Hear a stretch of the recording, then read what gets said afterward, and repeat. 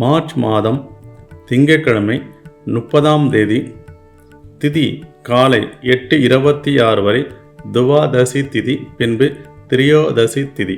மாலை 3:47 வரை மகம் நட்சத்திரம், பின்பு பூர நட்சத்திரம். நல்ல நேரம் காலை 6:30 முதல் 7:30 வரை, காலை 9:30 முதல் 10:30 வரை, மாலை 4:30 முதல் 6:30 வரை.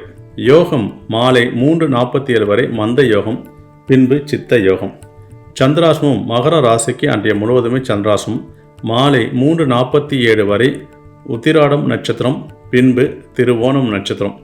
அன்றைய கிரக சஞ்சாரங்கள்: மிதுனத்தில் குரு, சிம்மத்தில் சந்திரன் கேது இணைவு, கும்பத்தில் புதன் ராகு செவ்வாய் இணைவு, மீனத்தில் சனி பகவான் சூரியன் இணைவு, மேஷத்தில் சுக்கிரன்.